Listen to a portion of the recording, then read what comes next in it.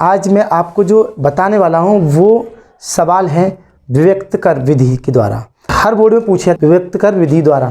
तो देखिए पहले मैं आपको बता दूं कि विभक्त कर विधि होती क्या है, आखिर को उसको आप देखिए और अच्छे से समझने की कोशिश करना जो मैं आपको बता रहा हूँ। मेरे साथ मेरे नरेंद्र स्टूडेंट है, देखिए वो भी समझेंगे, वो 7th क्लास का बच्चा है, वो एक बार समझेंगे और वो निकालेंगे। तो आप लोग भी समझें और फिर निकालें। देखिए मैं आपको बता दूं कि विभक्त कर क्या होता है। एक इसका तुलना की जाती है, किसी द्विघात समीकरण होता है, द्विघात समीकरण की तुलना करते हैं। X square plus b x plus c बराबर 0, ये एक रूप होता है, इसकी तुलना करते हैं। ये अगर है यहाँ पर कोई x के बराबर में कोई संख्या होगी, नहीं होगी तो वहाँ 1 मानते हैं। अगर है तो a होगी, a के बराबर a का जो रूप जो होता है वो 1 मान लिया जाता है, ठीक है। यहाँ b है कोई नंबर होगा, c है कोई नंबर होगा। तो दोस्तों ऐसी संख्या जब आती है तो इसके द्वारा इससे तुलना करते हैं। अब एक सवाल है वो मैं लिख देता हूँ कि x square plus 4x plus 10 बराबर 0। क्या दोस्तों इसका रूप इससे मिलता है? मैंने आपको बताया था कि यहाँ पर कोई नंबर होगा, यहाँ पर अगर सब कोई नंबर नहीं होता है तो वो एक नंबर होता है। सबका मालिक एक है, सबका मालिक एक है, तो एक मानेंगे हम यहाँ पर, यहाँ भी। तो ऐसे इसका एक की जो वैल्यू है वो a होता है, a की वैल्यू होती है, a की वैल्यू होती है। अब b भी यहाँ पर कोई नंबर है, b हमारे पास में ऑलरेडी 4 दे रखा है और c भी नंबर है 10 दे रखा है। तो इसकी तुलना की है हमने इससे तुलना की है इसकी। तो देखिए अब यहाँ पर एक फॉर्मूला है, उसको लिखते हैं हम और उस फॉर्मूले को आप लगाएंगे। तो वो फॉर्मूला ये है कि d बराबर बी स्क्वायर माइनस 4ac, ये फॉर्मूला होता है दोस्तों। इसके विधि से आप सवाल को निकालेंगे और ये सवाल बहुत आसान तरीके से निकल जाएगा। देखिए दोस्तों अब रख लीजिए मान रख लीजिए हमारे पास। मान क्या किसके रखे जाएंगे? जैसे a है, a बराबर कितना हमारे पास 1 और b बराबर कितना हमारे पास में 4 प्लस का 4 और c बराबर कितना हमारे पास में 10, ठीक है। अब ये फॉर्मूला है, इस फॉर्मूले में हम पुट करेंगे वैल्यू के लिए। क्या करेंगे? पुट करेंगे। तो देखिए पुट कर दीजिए। तो d बराबर b का स्क्वायर, b क्या है हमारे पास में 4, तो हम ब्रैकेट में ले लेंगे 4 का स्क्वायर माइनस, हमारे पास ऑलरेडी पहले से 4 है ये फॉर्मूले में, a और इसके ये गुणा में। तो यहाँ पर किसका करेंगे? गुणा का साइन लगाएंगे। किसका करेंगे? गुणा का साइन लगाएंगे। अब गुणा का साइन हो गया। अब देखते हैं हमारे पास में a की वैल्यू कितनी है हमारे पास 1, तो गुणा में 1 रख देंगे। फिर गुणा का साइन, c की वैल्यू कितनी है 10, तो गुणा में 10। क्लियर? समझ में आ गया? अब क्या करेंगे दोस्तों? d बराबर 4 का स्क्वायर, यानी कि 4 का स्क्वायर का मतलब होता है ये 4 को 2 बार लिखा जाएगा। दोस्तों बहुत अच्छे से समझा रहा हूँ, 4 को 2 बार लिखा जाएगा। तो 4 चौका 16, तो इसको मिटा देता हूँ गले में। 4 चौका 16, मैंने 4 मिटा दिया, तो ये वाला यहाँ जो था। अब देखिए इसका करेंगे तो कितना हो गया 4 चौक 16, माइनस का साइन।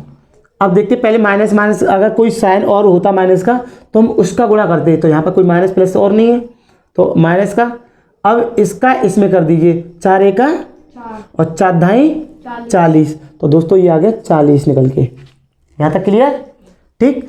अब d बराबर इस 40 में से ये 16 घटाएंगे। हमेशा ज़्यादा में से कम को घटाते हैं, क्योंकि कम में से ज़्यादा घटाएंगे तो माइनस में वो भी आता है, लेकिन हमेशा ज़्यादा में से ही कम घटता है ना।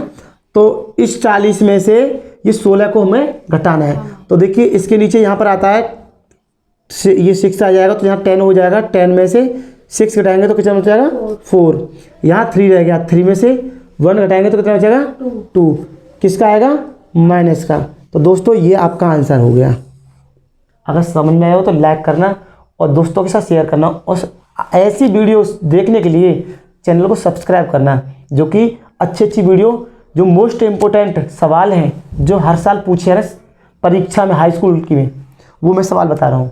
तो आप लोग स्क्रीनशॉट भी ले सकते हो और समझ भी सकते हो। तो नरेंद्र समझ में आ गया अच्छे से? अब देखिए मेरा स्टूडेंट है मौजूद और वो स्टूडेंट अगला सवाल करके दिखाएगा। देखिए ये आप नोट कर लीजिए, ठीक है नरेंद्र। अब अगला सवाल है नरेंद्र के लिए, और मैं यहाँ से मिटा रहा हूँ। ये बहुत अच्छे से एक्सप्लेन किया, मैं दोबारा एक बार और कर दूँ कि ये एक द्विघात समीकरण होता है। ये होता है द्विघात समीकरण।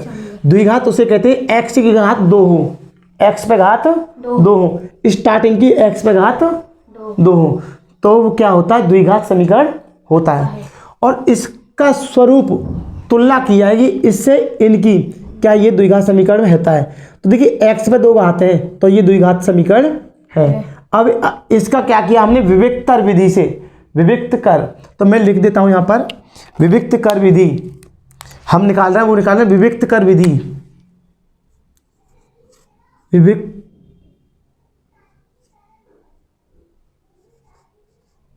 कर, विविक्त कर विधि, ठीक है दोस्तों।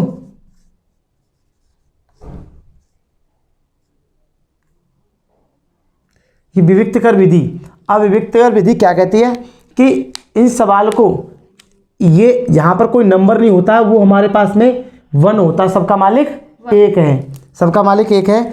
तो हम जिस यहाँ पर a की वैल्यू 1 मानेंगे, हम क्या माने हमने 1। अब हमने a की वैल्यू 1 मान ली, b की वैल्यू हमारे पास पहले से दे रखी है और c की वैल्यू भी हमें दे रखी है। तो देखिए b की जगह हम क्या रखा 4 और c की वैल्यू हमने 10। दोस्तों ये फॉर्मूला दिया हुआ है, इसमें हमने पुट कर दिया, तो d बराबर b का स्क्वायर कितना है, यानी कि b की वैल्यू 4, तो 4 का स्क्वायर माइनस में 4 हमारे पास है 4 और 1 हमारे पास ये दे रखा है गुणा में, और c की वैल्यू हमारे पास 10। दोस्तों हमने 4 का स्क्वायर यानी 4 को हम 2 बार लिखेंगे तो कितना हो जाता है, 4 चौका 16। तो ये दोस्तों ये 16 ये यहाँ आ गया, ठीक है। उम्मीद करता हूँ, आशा करता हूँ आपको समझ में आ रहा होगा। तो अगली जो अब क्या किया, ये 16 इसका इसमें गुणा किया तो 4 एका 4 और 4 का कर दिया इसमें दोस्तों गुणा, तो 4 ढाई 40, तो ये आ गया 40 आंसर इधर आपका, ठीक है दोस्तों, ये 40 हो गया। अब क्या किया, 16 है बड़ी संख्या हमारे पास, 40 है माइनस, तो हम इस 16 को इसमें से घटाएंगे, तो हमने घटाया तो माइनस का 24। दोस्तों समझ में आया हो, लाइक करना और कमेंट करना और दोस्तों के साथ शेयर करना। आपके जानने वाले बच्चे अगर पढ़ रहे हो 10th क्लास में, और स्टडी लाइफ 6395 जो है चैनल है, तो आप उस पर देख के पूरी वीडियो आपको उस पर देखने को मिल जाएंगी। मैंने प्रतिस्थापन विधि से सवाल किए और अच्छे अच्छे सवाल लेके आ रहा हूँ जो एग्जाम में आने वाले हैं। तो ये मुझे उम्मीद है कि, आशा करता हूँ आपको समझ में आया होगा। अब मेरे साथ नरेंद्र है और नरेंद्र इस सवाल को, इस टाइप के सवाल को मैं करवाऊँगा। और देखिए आपके सामने ये 7th क्लास का बच्चा है, मैं आपको दिखा दूँ। देखिए ये 7th क्लास का बच्चा है और ये सवाल को मैं इनसे करवाऊँगा, तो ये भी समझ गए तो आप भी समझेंगे। और देखिए ये बच्चा करेगा कितनी जल्दी फास्ट। तो देखिए मैं यहाँ से मिटा रहा हूँ और ये फॉर्मूला लिखा रहने दूंगा दोस्तों, जिससे कि नरेंद्र को आसान हो जाएगी, है ना, करने में आसानी हो जाएगी। तो देखिए हर कोई चाहता है कि थोड़ा सा फॉर्मूला की तो ज़रूरत पड़ती है ना, तो वो नरेंद्र के लिए रहेगा। तो देखिए मैं यहाँ पर ये सब मिटा दिया मैंने।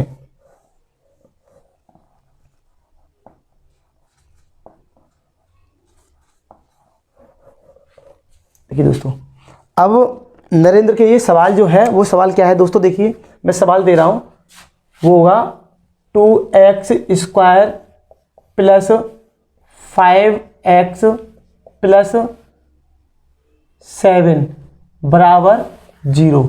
देखिए दोस्तों सवाल है ये नरेंद्र के लिए, और नरेंद्र इससे सवाल करेंगे। जो मैंने वैल्यू मानी थी वैसे नरेंद्र मानेंगे। लो नरेंद्र ये सवाल करके दिखाओ, नरेंद्र करो। इसमें a की वैल्यू दे रखी है, a की वैल्यू है 2 और b की वैल्यू है 5 और c की वैल्यू है 7।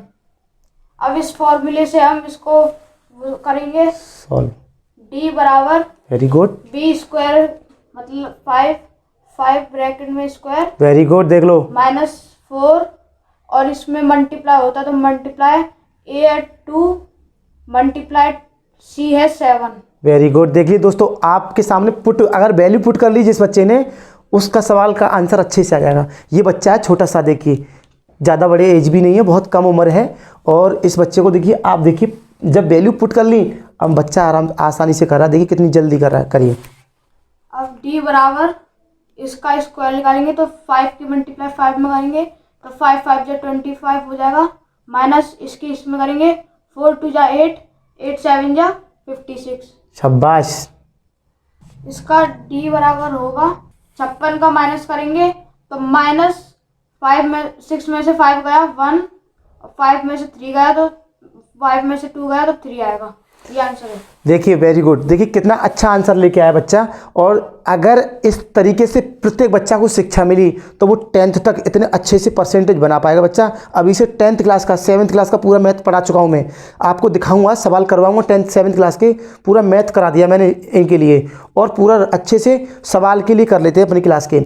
और अब ये 10th क्लास के जब बच्चे को अच्छा लगता है कि कहते हैं कि हमें भी करेंगे सर, तो मैंने सोचा मैंने क्यों ना इनको ऐसा अच्छे से छोटे से सवाल से स्टार्ट किया है। तो आप दोस्तों समझ रहे हैं, ये या तो 2 नंबर का या 3 नंबर का, या ये बहुविकल्पी लिपि में आता है। अगर बहुविकल्पी लिपि में आता है तो 1 नंबर का आएगा। तो दोस्तों आपको कैसा लगा इस बच्चे का करने का तरीका, तो लाइक और कमेंट और शेयर जरूर करना। और देखिए मैं सवाल आपके सामने एक और दे रहा हूँ नरेंद्र, एक सवाल और करेंगे, ठीक है दोस्तों। तो देखिए मैं इसको मिटाता हूँ, ये सवाल था इनका, और देखिए मैं अगला सवाल दूंगा इनके लिए, वो भी अच्छा सा ये करके दिखाएंगे। तो मैं यहाँ पर दूसरा कपड़ा ले लेता हूँ, अच्छा कपड़ा हमारे पास, तो इससे साफ अच्छा हो जाता है ना। तो देखिए दोस्तों अगला मैं सवाल जो लिख रहा हूँ ना नरेंद्र के लिए, वो आप देखना, सवाल को मैं बदल बदल के लिख रहा हूँ कि नरेंद्र अच्छे से ये कर पा रहे हैं। +12 बराबर 0, ये नरेंद्र तुम निकाल के दिखाओ, ठीक है। इसमें भी a की वैल्यू 4 दे रखी है और b की वैल्यू दे रखी है 2 और c की वैल्यू दे रखी है 12। अब इसको हम सॉल्व करेंगे इस फॉर्मूले से। d बराबर b स्क्वायर इसका 2 है तो ब्रैकेट में 2 स्क्वायर करेंगे, माइनस लगा माइनस तो 4 वहाँ पर 4 है, 4 मल्टीप्लाई a इसका ये 4 है मल्टीप्लाई c इसमें 12 दे रखा है। Very good. देखिए दोस्तों कितने अच्छे से कर रहे हैं और बहुत अच्छे सवाल का आंसर आएगा, देखिए निकालिए। d बराबर अब इसका स्क्वायर करेंगे 2 मल्टीप्लाई 2 2 2 जा 4 माइनस, अब इसमें 4 4 जा 16 और 16 और 12 16 और 12 16 और 12 मल्टीप्लाई कर लो, आगे कर लो, कोई दिक्कत नहीं। 4 4 जा 16 16 और 12 का मल्टीप्लाई कर लो।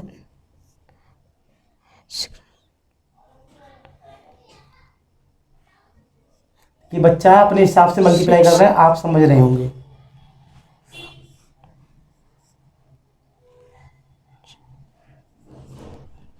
तो इसका आंसर 192 आया।